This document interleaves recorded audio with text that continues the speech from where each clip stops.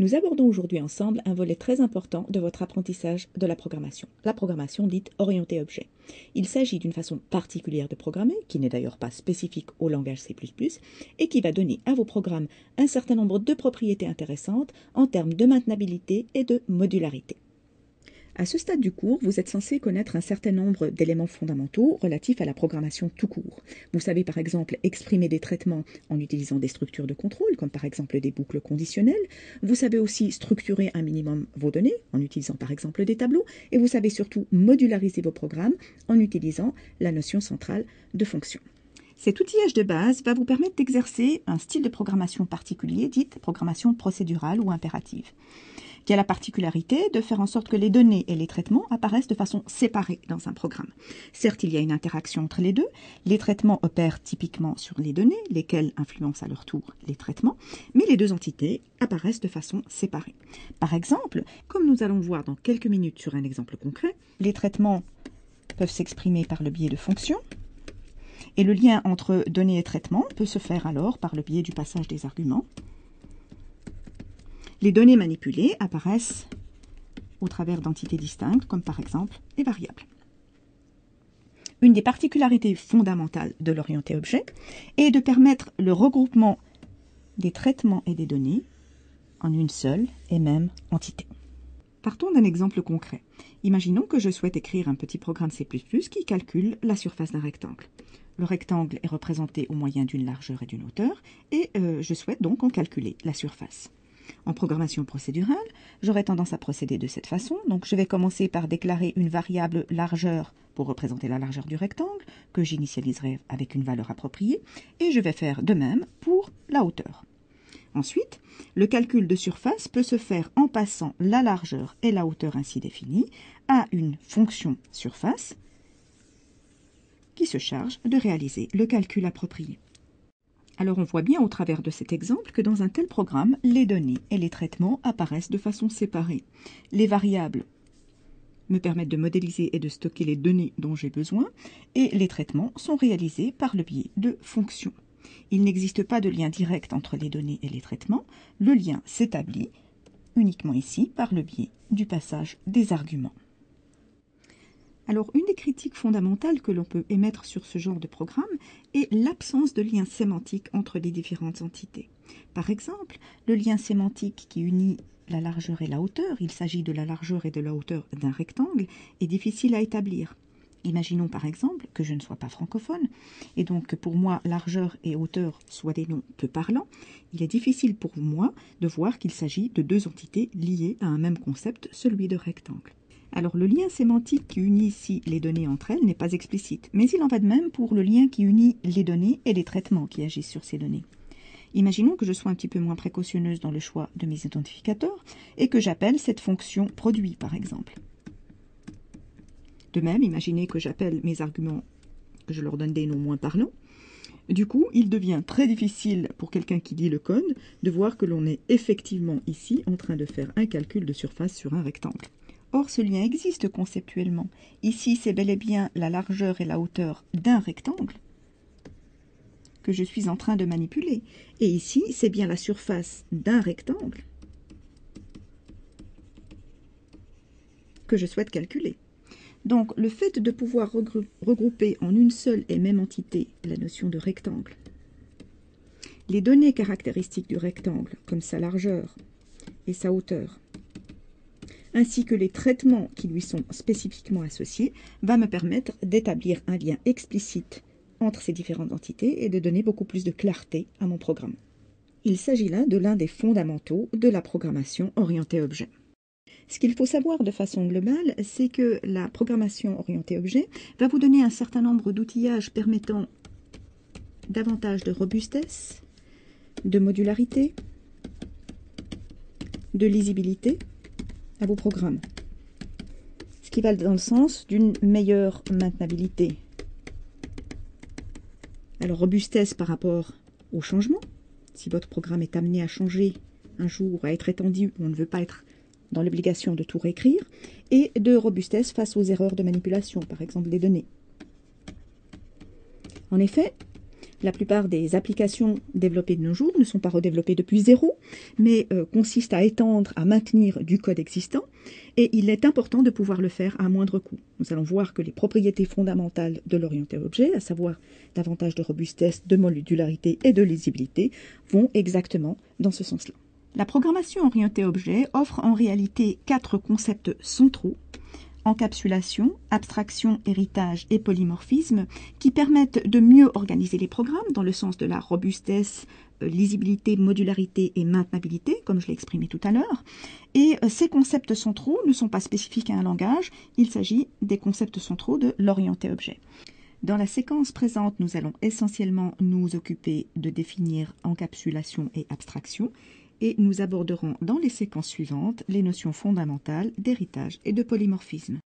Commençons par la notion d'encapsulation. Ce que l'on entend par encapsulation, c'est le fait de pouvoir regrouper dans une seule et même entité des données et des traitements qui agissent sur ces données. Donc typiquement, dans l'exemple du rectangle, nous allons regrouper dans une seule et même entité la largeur et la hauteur qui caractérisent la représentation du rectangle et la fonctionnalité du calcul de surface. Donc en termes de jargon, on va parler pour les données de la notion d'attribut et on va parler pour les fonctionnalités de la notion de méthode. Donc en programmation orientée objet, on va être dans la possibilité de définir des nouveaux types de données au travers, nous allons le voir un peu plus tard, de la notion de classe. Ces types de données peuvent être utilisés pour travailler concrètement avec des données de type plus abstrait, le rectangle, et ces données vont être des objets qui vont cohabiter dans le programme et interagir dans le programme. Un programme orienté objet va donc typiquement travailler avec des objets qui sont caractérisés par leurs attributs et leurs méthodes. Parlons maintenant de la notion d'abstraction. Supposons que je souhaite écrire un programme qui manipule plusieurs rectangles, pas uniquement un seul. Donc dans une approche procédurale, j'aurai typiquement l'occasion de déclarer autant de largeur et de hauteur que j'ai de rectangles. Ici, je le fais pour le premier rectangle. Et je devrais évidemment faire exactement la même chose pour le second rectangle.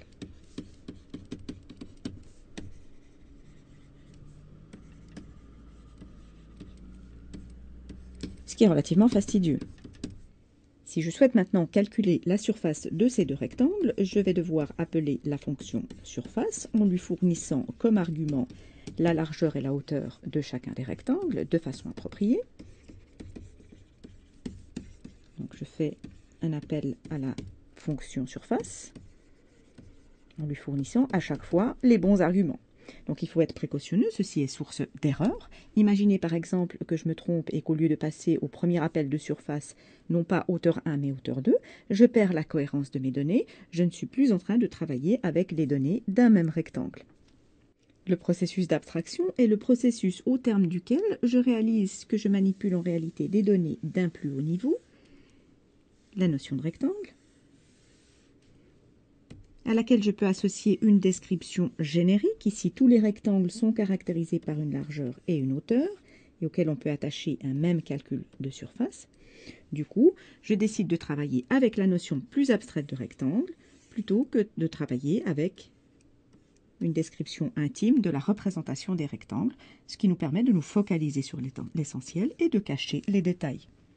L'encapsulation, qui me permet de regrouper en une seule et même entité des données comme une largeur et une hauteur et des traitements comme un calcul de surface, est l'outil qui me permet d'aboutir à une vision plus abstraite des données que je manipule.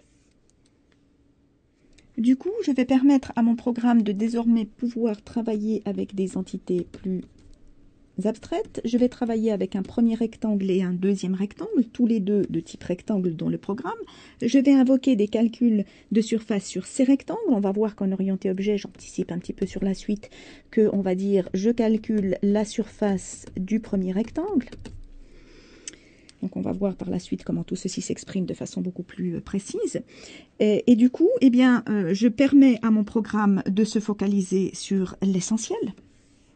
Donc je ne suis plus en train de me préoccuper du fait qu'un rectangle est constitué d'une largeur et d'une hauteur. Je me focalise sur les aspects essentiels. Je travaille avec des rectangles. Je fais un calcul de surface sur un rectangle. Au niveau de l'utilisation, je ne vois désormais du rectangle que ce que l'on appelle en jargon orienté objet son interface d'utilisation, c'est-à-dire les fonctionnalités qui sont offertes pour la manipulation du rectangle, comme ici le calcul de surface. Faisons une analogie avec un objet de la vie courante. Lorsque vous conduisez votre voiture, vous n'avez typiquement besoin d'en connaître que l'interface d'utilisation. Concrètement, eh bien, vous avez besoin d'avoir un volant, un accélérateur, une pédale de frein, et à nul moment, il ne vous est utile de savoir comment le moteur est concrètement construit. Donc, pour conduire votre voiture, vous n'avez besoin d'en connaître que l'interface d'utilisation. C'est exactement le même principe en programmation orientée objet. Pour utiliser un nouveau type d'objet, une nouvelle classe, vous n'avez besoin d'en connaître que l'interface d'utilisation qui est prévue par le programmeur de la classe. Le reste est du détail d'implémentation interne qu'il n'est pas utile de connaître. Il y a donc deux niveaux de perception d'un objet. Un niveau externe, qui est utile au programmeur utilisateur, celui qui utilise la notion de rectangle. Dans un programme, donc il existe désormais un type rectangle. Je peux déclarer des variables de type rectangle, les initialiser de façon appropriée. Et ensuite, ce qui m'intéresse en tant que programmeur utilisateur, c'est les fonctionnalités utiles, le calcul de surface. Donc ce niveau externe est le niveau qui intéresse le programmeur utilisateur, celui qui utilise le type rectangle. Second niveau, le niveau interne, celui qui a programmé le nouveau type, le type rectangle, a dû se préoccuper de tous les détails d'implémentation, à savoir qu'un rectangle, c'est une hauteur et une largeur. Il a dû définir comment se fait concrètement le calcul de surface. Donc ceci constitue la partie implémentation. C'est un niveau interne qui n'est pas forcément utile à celui qui utilise le rectangle. Donc en programmation orientée objet, nous aurons non seulement la possibilité de regrouper en une seule et même entité des données et des traitements, mais on va pouvoir également définir des niveaux de visibilité. Celui qui programme le nouveau type rectangle, concrètement une classe rectangle, va pouvoir dire ceci est un détail d'implémentation qui ne sera pas accessible à l'utilisateur externe. Ceci est une fonctionnalité que l'on souhaite offrir à l'utilisateur externe et donc qui va être accessible à cet utilisateur. Tout ce qui est accessible à l'utilisateur, donc visible, constitue ce que l'on appelle l'interface d'utilisation de la classe du type en question. Donc ici, dans notre classe rectangle, dans notre nouveau type rectangle, nous avons défini comme interface d'utilisation le calcul de surface. Le reste constitue des détails d'implémentation qui ne sont pas accessibles aux programmeurs qui utilisent le type rectangle. Et nous avons ici une clé fondamentale nous permettant d'atteindre l'objectif d'une meilleure robustesse de nos programmes face aux changements. Typiquement, lorsque vous changez de voiture, même si la technologie du moteur a changé, l'interface globalement reste la même. Vous pouvez continuer, vous savez toujours conduire votre voiture, même si les détails internes de mise en œuvre de votre voiture ont changé entre-temps. Donc vous ne voyez de votre voiture que quelque chose d'abstrait. Vous ne voyez de votre voiture concrètement que ce qui vous permet de la conduire, à savoir le volant, l'accélérateur, la pédale de frein. Pour résumer, encapsuler, c'est regrouper en une seule et même entité les données et les traitements qui la caractérisent. C'est aussi dissimuler les détails d'implémentation. L'interface d'utilisation que l'on définit en utilisant justement cet outillage de l'encapsulation. Et ce qui me permet d'aboutir à une abstraction, donc une vision abstraite des objets que, en tant qu'utilisateur externe, je ne vois plus que en tant qu'objet manipulable au travers de leur interface d'utilisation. Donc concrètement, le programmeur concepteur va donc décider de l'existence d'un nouveau type et va devoir se préoccuper de tous les détails d'implémentation. Il va devoir décider de ce qui est visible pour le monde extérieur, de ce qui est utilisable et de ce qui ne l'est pas. Le programmeur utilisateur, de son côté, est client du nouveau type de données. Il va pouvoir l'utiliser. mais va pouvoir l'utiliser uniquement au travers de l'interface, c'est-à-dire des méthodes visibles, typiquement, et n'aura pas accès aux détails internes. L'interface d'utilisation est typiquement ce qui va permettre d'établir le lien entre le concepteur-développeur et l'utilisateur. Et de façon très concrète, cette interface va pouvoir être entièrement décrite par l'entête des méthodes qui sont offertes au programmeur utilisateur. Alors, un des intérêts fondamentaux de l'orienté objet est d'assurer une meilleure visibilité, une meilleure cohérence au programme. Vous avez ici sous les yeux deux programmes qui font sensiblement la même chose, qui calculent la surface d'un rectangle de largeur 3 et de hauteur 4. Nous anticiperons un tout petit peu sur la suite des séquences à venir, à savoir que l'on peut initialiser la largeur et la hauteur d'un rectangle selon ces syntaxes-là, mais c'est surtout pour vous donner un aperçu de ce que donnerait au final le programme en termes de lisibilité. Donc si l'on compare les deux approches, eh bien on se rend compte qu'ici, nous sommes en train de travailler avec des données de très bas niveau. Ici, nous travaillons avec un rectangle, ce qui est beaucoup plus informatif quant aux intentions de programmation. En lisant ce programme, on sait tout de suite que l'on est en train de travailler avec un rectangle. Ici, le lien entre les données et les traitements ne se fait que par le biais du passage des arguments, ce qui est indirect, alors qu'ici, le lien peut se faire de façon explicite. On appelle un calcul de surface sur un rectangle de données. De plus, de par le fait qu'en orienté objet, on ne peut manipuler l'objet qu'au travers des méthodes, des fonctionnalités de l'interface d'utilisation, cela permet de donner un cadre d'utilisation qui est beaucoup plus rigoureux. Par exemple ici, comme montré tout à l'heure, rien ne m'oblige dans cette approche à avoir des valeurs cohérentes ici pour la largeur et la hauteur. Donc la largeur et la hauteur qui appartiendraient à un même rectangle.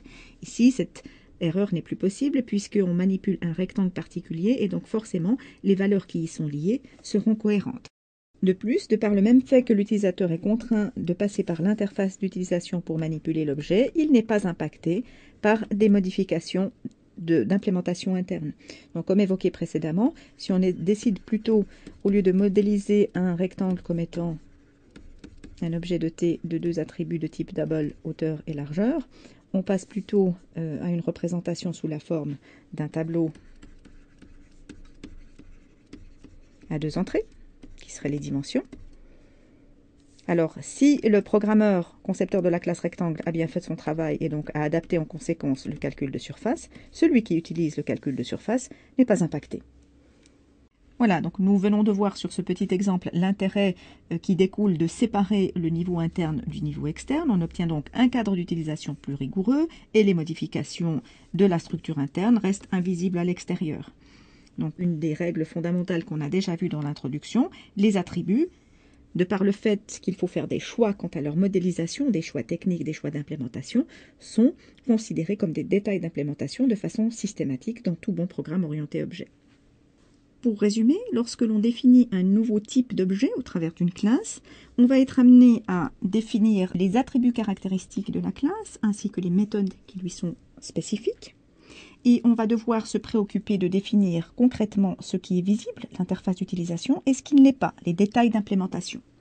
Donc une fois qu'on aura décidé de ce qui est à cacher, on va aboutir à une représentation de l'objet pour l'utilisateur externe qui se résume à l'interface d'utilisation. Donc l'utilisateur externe n'aura de vision de cet objet qu'une vision abstraite qui est matérialisée par l'interface d'utilisation. Je ne vois d'un rectangle que son calcul de surface. Et si je veux suivre les bonnes règles de programmation orientée objet, je vais considérer que les attributs sont également des détails d'implémentation. Et donc, l'interface va se limiter à un certain nombre de méthodes bien choisies. L'utilisateur externe n'aura de vision de l'objet que cette interface d'utilisation. À retenir de la séquence d'aujourd'hui, le résultat du processus d'abstraction est ce que l'on appelle une classe.